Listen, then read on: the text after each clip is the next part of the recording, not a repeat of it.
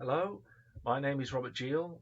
I'm a lecturer in film and television studies at the University of Wolverhampton, and in this presentation I'm going to talk about the ecologically damaging effects of films which seem to be warning us about the dangers of treating the environment with contempt, but which in fact reinforce our culture's underlying ecophobic form of anthropocentric subjectivity. In my new monograph, published by Routledge, I discuss how films fictionalising environmental disasters in which small groups of humans survive, like The Day After Tomorrow, 2012, San Andreas, and Noah, amongst others, are often seen as having the potential to provide warnings about the dangers of environmental apocalypse. The ways that they depict authority figures as myopically ignoring the wisdom of scientific portents about impending disaster, and their spectacular rendering of the destruction caused by this short-sightedness might function as examples of how what Aaron Stibbe calls the stories we live by can be altered to facilitate positive real-world changes in how people treat the environment. I argue, however, that any beneficial effects generated by these films are outweighed by the way that they reinforce ecologically damaging forms of thought and therefore of behaviour. At the most simple level, this is a narrative matter, with the films following the experiences of those who survive, suggesting that the spectator too might be able to ride out a similar real-world event.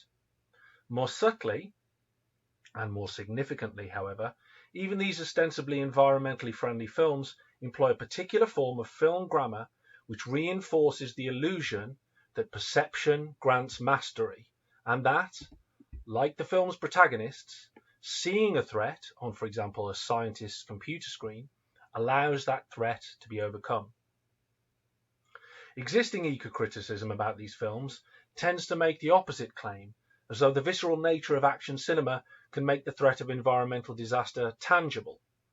Discussing The Day After Tomorrow, Stephen Russ states that only when Americans finally see climate change and feel its direct impact within the United States, the film argues, will they accept responsibility for causing global warming and begin to take action in response to it.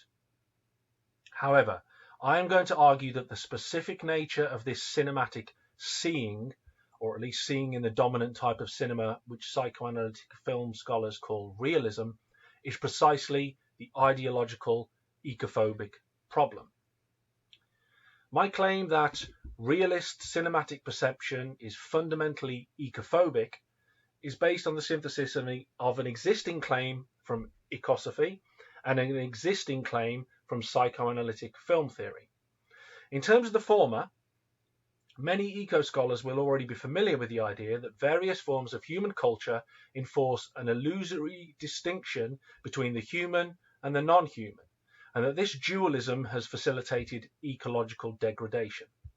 Scholars have identified how the development of agriculture began this process, how monotheism developed it, and how the scientific revolution of the early modern period systematized and rationalized this split between humanity and nature. The defining articulation of this split was made in the 17th century by René Descartes. Descartes tried to answer what Aristotle called the first question: what is the nature of reality? He began by doubting not only the existence of reality, but also his own existence, and in his infamous formulation cogito ergo sum, I think, therefore I am, concluded that the very act of thinking meant that he, at least, must exist. From this single point of certitude, Descartes extrapolated that the external world also exists, but this could only be determined because the centralized and certain thinking human cogito perceived the external world. The terminology that Descartes used to describe this dualism demonstrates both the split between the human and the non-human, and the centrality of the human, because he calls the human the res cogitans, or thinking thing, and the external world the res extensa, or extended thing, which literally emanates out from the certitude of the human mind. Cartesian dualism has been influential in ecosophy, explaining why humans can treat the environment so badly, because the environment is conceptualized as a passive externality, fundamentally divorced from active humanity. Ecosophy perhaps hasn't been as persuasive about explaining why Cartesian dualism should still be influential so long after the scientific revolution. Granted, scholars have positioned Descartes' claim within the context of other thinkers who developed similar ideas, but it is psychoanalysis which can clarify how people can have ideas and beliefs without being aware how and why they have those beliefs, or even without being aware that they actually have such ideas and beliefs, through the psychoanalytic idea of the unconscious. Jacques Lacan's notion of the symbolic order is particularly useful here. Lacan claims that any individual's identity or subjectivity is based on a historically and culturally specific matrix of possible thoughts, attitudes, beliefs, and so on, which any given individual human subject assents to internalize, without being aware that he or she is assenting to internalize that matrix. He calls this matrix the symbolic order. The symbolic order is anterior to the subject, that is, it exists before each subject's existence. When a child is born in contemporary Occidental society, it will be given cards and presents coloured either pink or blue that signal an interminably complex network of historically specific socio-cultural attitudes towards gender, which that child will unavoidably have to engage with throughout his or her life, but which were already in place when the proud relative entered the gift shop and was confronted with separate racks of pink and blue prior to the child's birth. The central key element of our contemporary symbolic order, more important even than this gender binary, is the Cartesian cogito. The consenting subject believes that he or she is the autonomous res cogitans at the center of meaning, even when, as psychoanalysis shows, the autonomy of the cogito is an illusion. As mentioned earlier, Descartes has the world, the res extensa, emanate out from the human subject, the res cogitans. But Lacanian psychoanalysis conceptualizes this relationship as operating in precisely the opposite direction. Lacan, therefore, reverses Descartes' I think, therefore I am, into I think where I am not, therefore I am where I do not think. For Lacan, the subject is no longer defined by the act of I think, but instead by the act of having thoughts that are determined by the symbolic order, which existed prior to the birth of the subject and which will continue to exist after the death of the subject. Lacan therefore states that I am not a poet, but a poem that is being written, even if it looks like a subject. The Lacanian I, unlike the Cartesian I, is not active author, but instead passive text. Lacan goes so far as to claim that the persistence of the Cartesian centralized ego is structured exactly like a symptom. At the heart of the subject, it is only a privileged symptom, the human symptom par excellence, the mental illness of man. Lacanian psychoanalysis therefore helps to explain why our culture produces Cartesian subjects who are alienated from the external world. But what about the role of film in this process? There is an existing body of Lacanian film theory which suggests how cinema spectatorship reinforces the illusion of Cartesian subjectivity. The foundations for this claim lie in Lacan's analysis of how the early modern symbolic order produced not only written articulations in Cartesian dualism, but also aesthetic articulations in the geometric perspectival painting which was developed during the Renaissance. Descartes wrote that humans are at the center of all meaning, and artists of the same era painted the same idea that humans are at the center of all meaning. Just as Descartes conceptualized the material world as emanating out from the epistemological certainty of the thinking human cogito, so too the art of geometric perspective constructs an impression of res extensa reality that flows out from the res cogitans viewing subject. Lacan states that during the early modern period, we find the progressive interrogation of the geometrical laws of perspective, and it is around research on perspective that is centered a privileged interest for the domain of vision, whose relation with the institution of the Cartesian subject, which is itself a sort of geometrical point, a point of perspective, we cannot fail to see. Just as Descartes conceptualized the res extensa objective world as a logical extension from the res cogitans human subject, perspective painting's compositional unity constructs a transcendent illusion of both space and subjectivity with a singular point designated to the consenting Cartesian subject, who imagines him or herself at the center of meaning. Geometrical perspective contributes to and aesthetically reinforces the illusion of a particular conception of human subjectivity in the symbolic order. Realist film also utilizes this geometric perspective. It is different from painting because of the filmic imagery's movement, both within a shot and in the editing that occurs between shots. This motion has the potential to disrupt the spectator's illusory res cogitans centrality, because the centralized position has shifted, but editing and narrative are synchronized in a manner that continuously repositions the spectator as the locus of meaning, so that multiple images are stitched together in a causal manner. The clearest and most ubiquitous examples of this process are shot-reverse shots between two characters in dialogue. Character X is shown whilst character X speaks. When character Y replies, the film cuts to show character Y speaking. The spectator does not experience an alienating jolt between these two images because they are suited together by narrative and by convention. The spectator expends no mental energy on the question, why has the image changed? Because the change of image makes complete sense in narrative terms.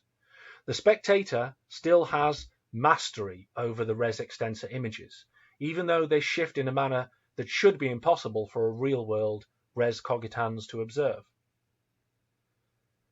The impossibility of this kind of instantaneous shift in the real world demonstrates how the suturing together of images creates an additional pleasurable effect for the spectator.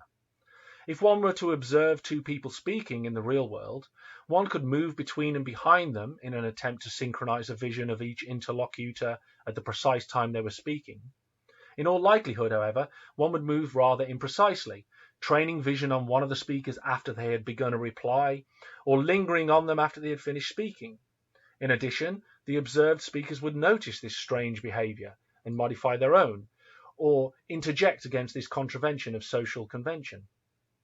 In realist film, however, the observer is entirely unseen, and the filmmakers take great care to synchronize their editing with the dialogue between characters. The cutting can include close-ups on an important prop that one of the characters does not see, can dolly in at moments of heightened tension, can accompany the images with emotionally coded non-diegetic music, slow motion, and so on. These elements are all heightened additions to what is possible in the real world. Reality cannot effortlessly cut, dolly, or musically accompany like film, even if technically one could attempt to replicate each of these effects. But these elements do not seem to be particularly unreal. Rather than shattering the illusion that the spectator is the res cogitans master of space and of meaning, they reconfirm this notion, arranging the fictional world in a manner that privileges the spectator's centralized act of observation.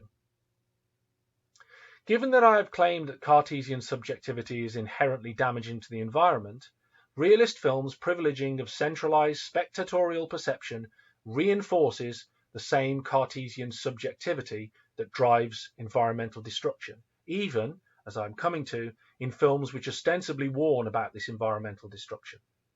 This is why I manipulate the title of Aaron Stibbe's book, Ecolinguistics, Language, Ecology, and the Stories We Live By, so that for me, even if certain filmic stories we live by narratively warn against environmental destruction, the formal structure of those stories reinforces the same Cartesian dualism that facilitates such destruction.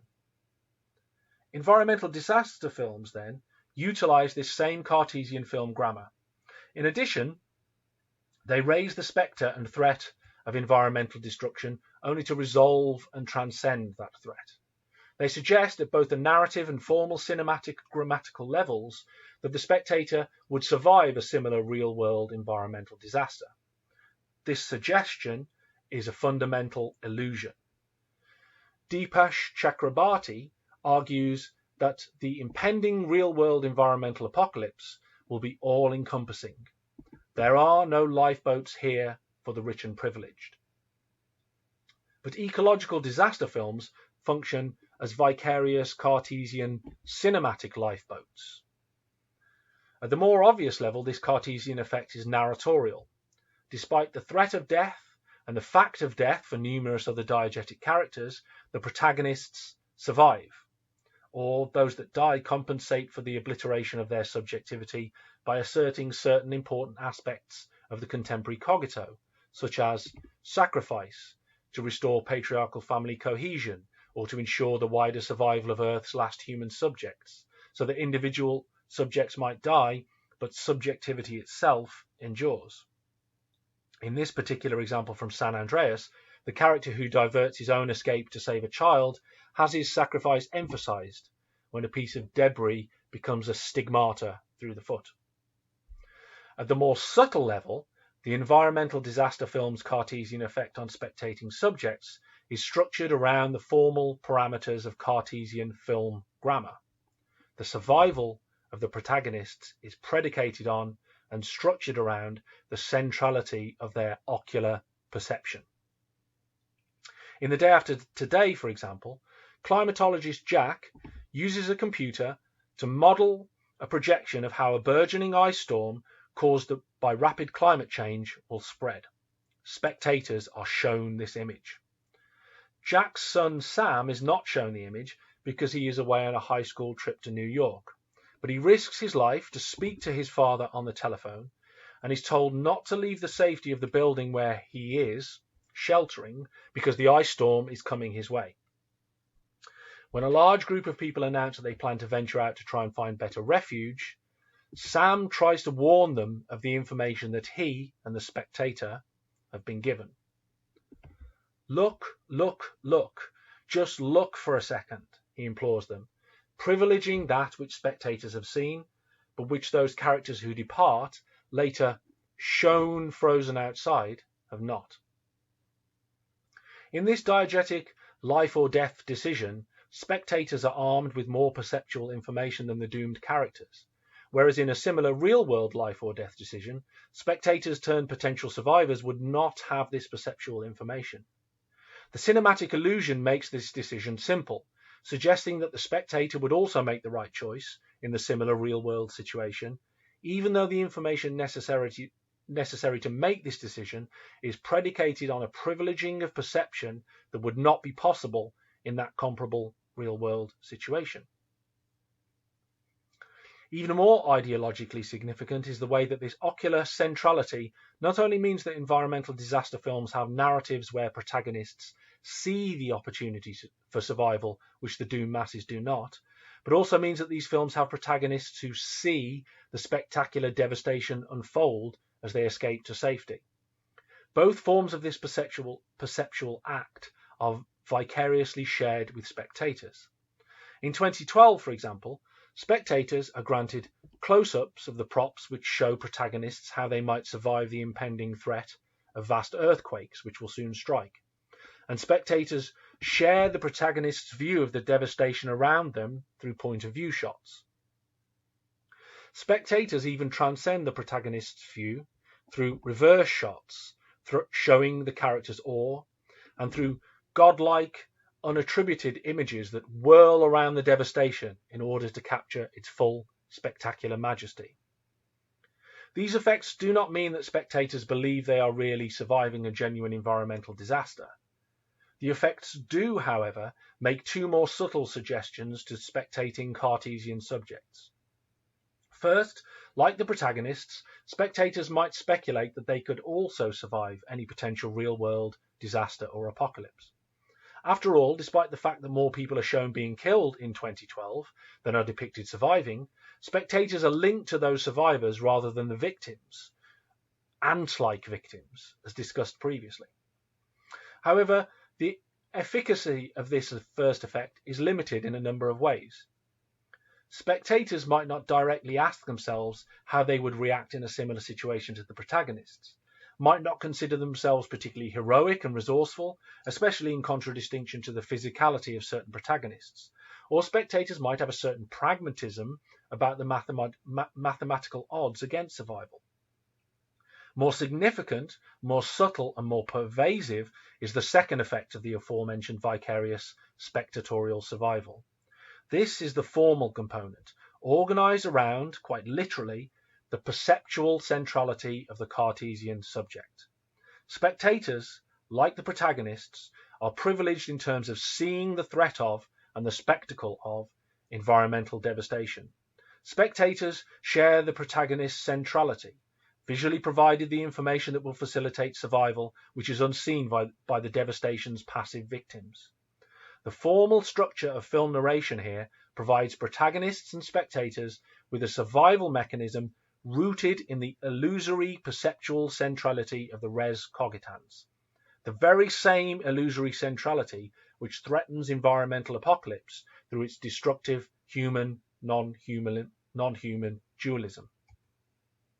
Spectators, then, are not here necessarily being consciously encouraged to think that they might survive a real-world environmental apocalypse, but are being unconsciously encouraged to equate such survival with a perceptual centrality that is granted them in formal cinematic terms, whilst the illusory nature of this cinematic formalism is disavowed into the myth of the cogito's ostensible centrality.